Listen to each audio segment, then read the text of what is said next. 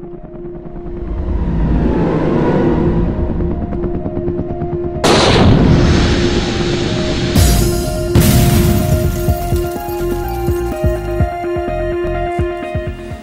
everyone, and welcome to the Sports Box, where the only opinion that matters is right here, baby! Here it is! I am Mike Galetta, aka Hamilton Mike, along with my partner Brian the Ranger Tart. Somebody That's help. right! Today it's Buck Day, baby! We're going to talk about the Tampa Bay Buccaneers.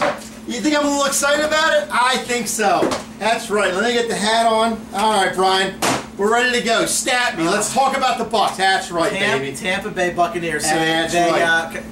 To Mike's chagrin, they finished 6-10 last year, last place in the NFC South. Sure, stats are right. Did not make the playoffs. They were 6-10. Okay. Yeah. All right. You know what? The ranks, I think, are pretty not indicative of a 6-10 team. They were 5th in the league in rushing, 17th in passing, defensively 11th against the run, and 16th against the pass. They went and addressed the cornerback need with Vernon Hargraves, 11th overall, at a nearby Florida. They added Robert Ayers and Brent Grimes in free agency. Logan Mankins ended up retiring. As Mike has told me repeatedly over the past few weeks, Tampa has seen great improvement in Jameis Winston in his first season. He's showing why he was taken #1. The rushing offense, led by Doug Martin, was fantastic, and the passing game, while average, was still very effective. Their defense played well, but they did have some weaknesses in the secondary, which did lead them again to take a guy like Hargraves early in the draft out of Florida. They'll look to take another step this year and get out of that NFC South basement where they've resided for the past 5 seasons. Just saying. Oh, whatever. They have their eyes on getting back to the postseason this year for the first time since 2007, but it could also be baby steps for a team that really does appear to be on the rise, especially on the offense. Again, Jameis Winston and Mike Evans, for example, are guys you can really get excited about in Tampa Bay. Mike, I hear you're a Bucs fan. That's a rumor. Is that true? Yeah, a little bit. A little bit? A little bit. Okay. For a while now. So, Jameis Winston, obviously I know you're very excited. I think he probably had a season that even in your wildest dreams you probably wouldn't have imagined. He's played really, really well.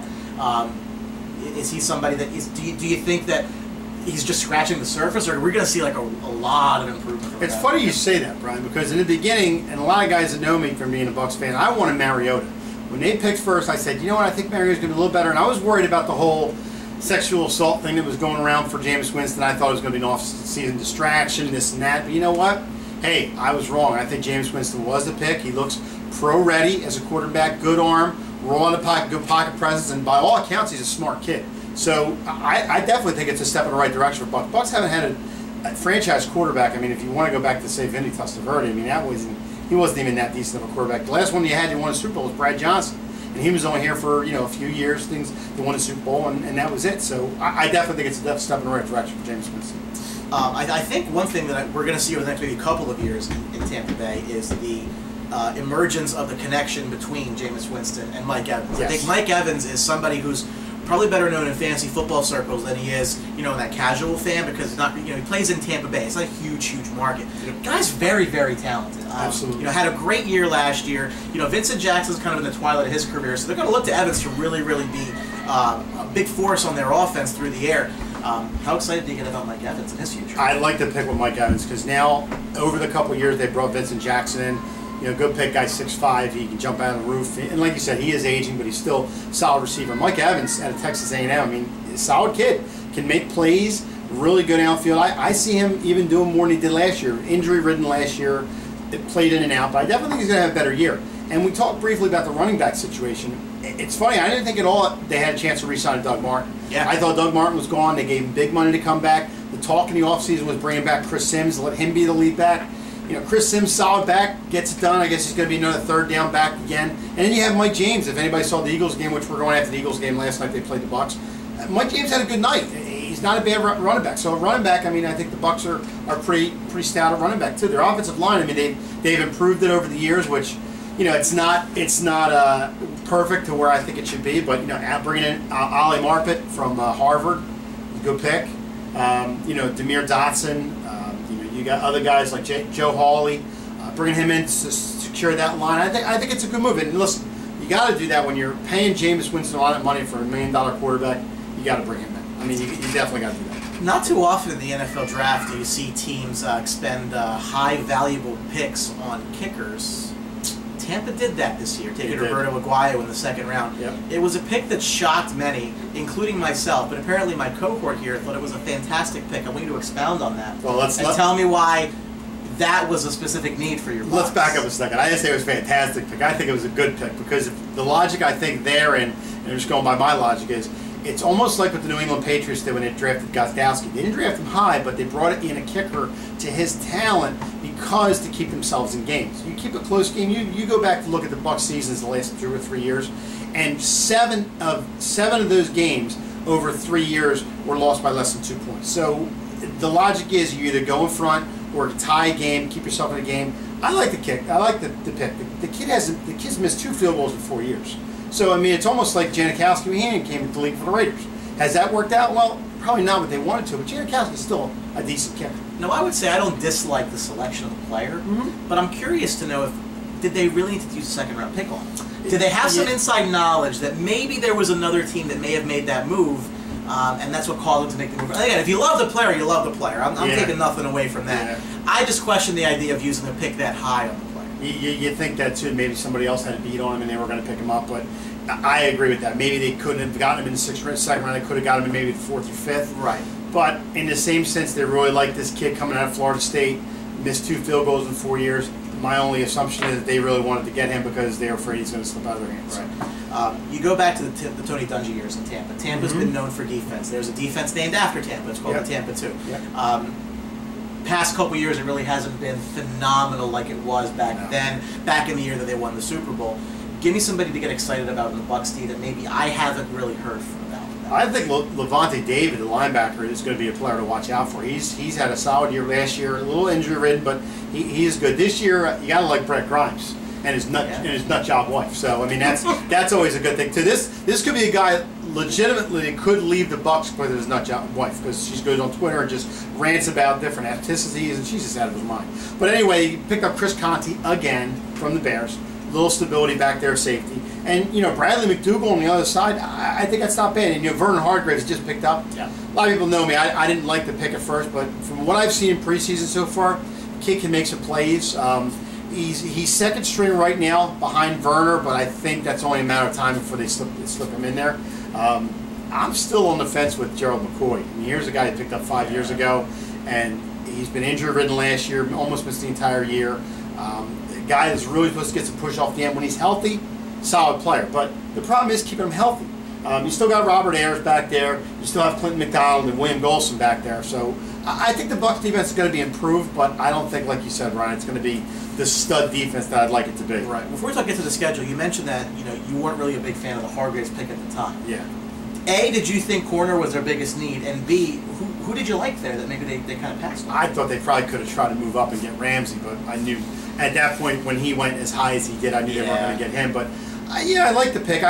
They could have got another corner or safety at that position, but I'm okay with Hargreaves now only because, like I said, I've seen him in preseason and you don't make mistakes. The big shocker this year with the Bucs, if you've watched them close, is the departure of Lovie Smith. Yes. Now, was that a good move? It's kind of addition by subtraction. The reason Lovie Smith is gone is kind of a fall guy because Jameis Winston did want Dirk Cutter to stay there as offensive coordinator at the time, and Dirk Cutter was going to get a job somewhere else in the coaching field. So rather than let him shop around and get a job elsewhere, they said, okay, Lovie, you're out of here. I don't think Lovie Smith got a fair shot in Tampa, and I think he'd agree with that too. I mean, he took a team over that all their crap and had to move on with it. But, in the same sense, they got Dirk Cutter. He knows the offense. Jameis Winston seems to like him. And again, it goes back to what you're paying Jameis Winston all that money. Let's make him happy. Not a lot of love for Lovie, huh? Nope.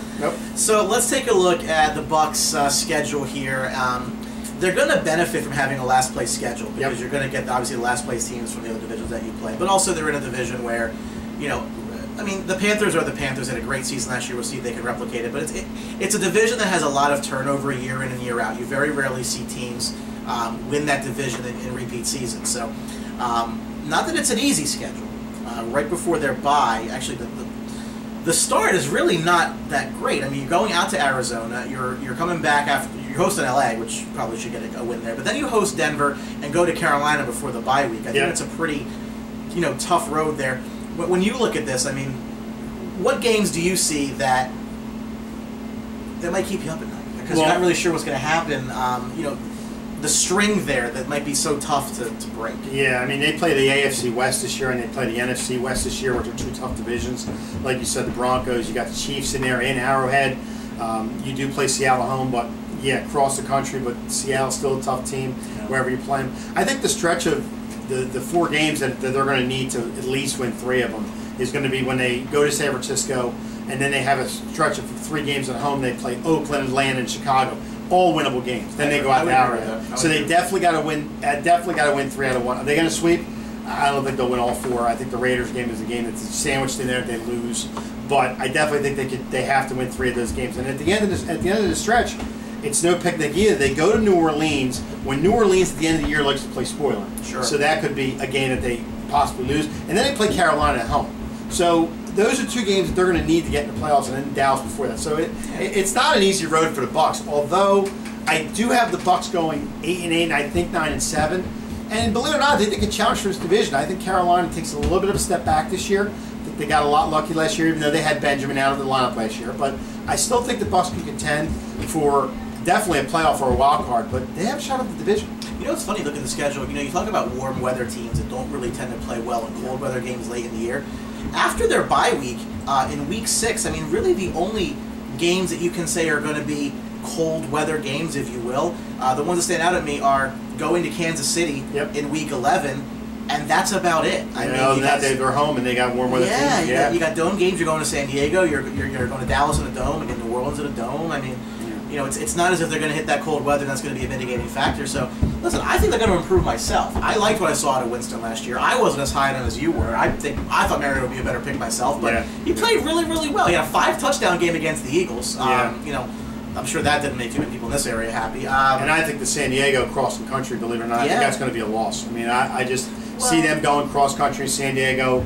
You know, they're going to win some games. They're going to be bad, but they're not going to be horrible. So it's going to be up and down schedule for the Bucs. I think they go back and forth. I think that game of 4 though it's got to be a game. It's got to be something they win. I do think though if they are 8-8, 9-7, they're going to be in the hunt till the end. I'm not sure they get in with that record, but they're going to be in the hunt. I think until the end. That's true. I think they can get in. So. Well, that's all the time we have for the Tampa Bay Buccaneers today. I want to thank Mike Coletta. Oh, that's me for stopping by and talking Bucs, because that's all we do is talk about great some stuff here. If we're going to talk Bucs, I mean, really. Hey, you remember. Keep an eye out for Sports Box. We've got some good things coming. Make sure you're following us on Twitter at SportsBox Show. We're on Facebook. Make sure you like us on Facebook. And don't forget to subscribe to our YouTube channel. Make sure you see all of our new content when it's up there. Because, Mike, you got to tell them. At the Sports Box, the only freaking opinion that matters is right here. Thanks for watching. See ya. Go Bucs, baby. Don't forget to subscribe.